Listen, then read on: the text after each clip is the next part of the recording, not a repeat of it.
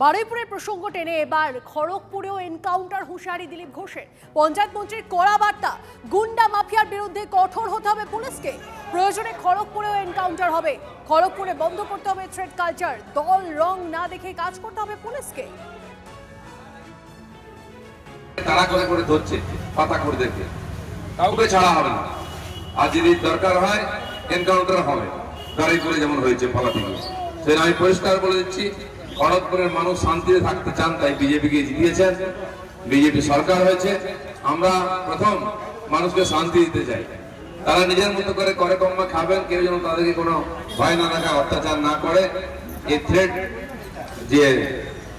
Culture এটা আমরা বন্ধ করতেছি।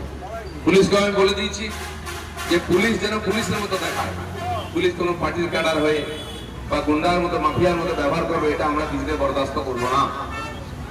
আর এই ধরনের কোনো কমপ্লেন হলে সেটাও আমাদের জানাবেন, তার সমাধান আমরা করবো। খড়গপুরে আশপাশের থেকে এসে, অন্য রাজ্যের থেকে এসে ডাকাত গুন্ডা বদমাশ দিন দাপিয়ে বেরিয়েছে। পুলিশ সব জানার পরেও কিছু করেনি। এবার কিন্তু পুলিশ তার কাজ শুরু করেছে। অনেকে হয়তো কমপ্লেন করছে পুলিশ বাড়াবাড়ি করছে, পুলিশ একটু বাড়াবাড়ি করুক। গুন্ডা মাফিয়াদের বাড়াবাড়ি চাইতে পুলিশের বাড়াবাড়ি একটু ভালো, তাহলে বাকি শান্ত থাকবে। পুলিশ এতদিন কিছু করেনি, কিন্তু এবার পুলিশকে অ্যাক্টিভ হতে হবে। বারুইপুরের প্রসঙ্গ টেনে এবার খড়গপুরেও এনকাউন্টার হুঁশিয়ারি দিলীপ ঘোষের।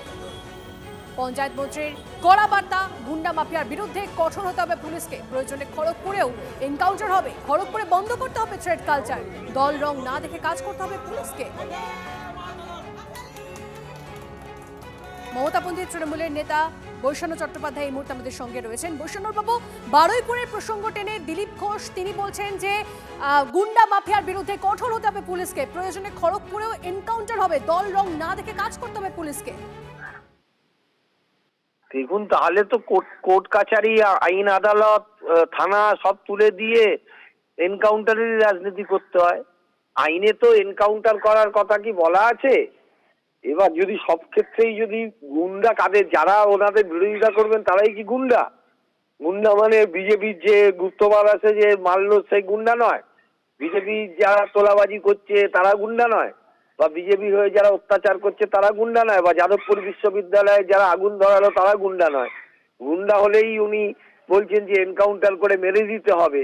এনকাউন্টার করে তাহলে তো আদালতেরই তো কোনো প্রশ্ন থাকে না। আমাদের দেশের আদালত তো বিচার করে কোনটা সঠিক কোনটা বেঠিক, সাথে তো আইন বলে কিছু জিনিস আছে। তো আইনের বিচার না করে উনি যদি মনে করেন এটা যদি বিজেপির হয়, নীতি হয়, তাহলে এই এনকাউন্টারকে মানুষ গ্রহণ করবে বলে আমার মনে হয় না।